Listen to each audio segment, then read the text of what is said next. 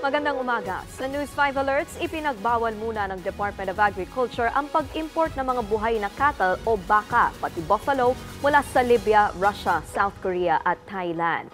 Base sa memorandum order na inilabas ng DA, dahil yan sa mga outbreak ng lumpy skin disease o LSD sa mga nabanggit na bansa. Ang LSD ay isang viral infection na ipinapasa ng mga insekto tulad ng lamok.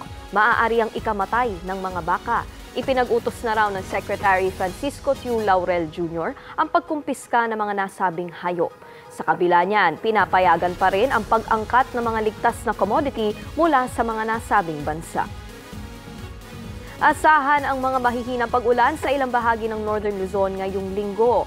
Sa latest weather forecast ng Pag-asa, umiiral pa rin ang northeast monsoon o amihan sa Northern Luzon, habang easterlies o yung maiinit na hangin mula sa dagat Pasipiko ang nakakaapekto sa silangang bahagi ng Visayas at Mindanao. Dahil dyan, asahan ang maulap na kalangitan at mahihinang pag-ulan o pag-ambon sa Cagayan Valley at Aurora.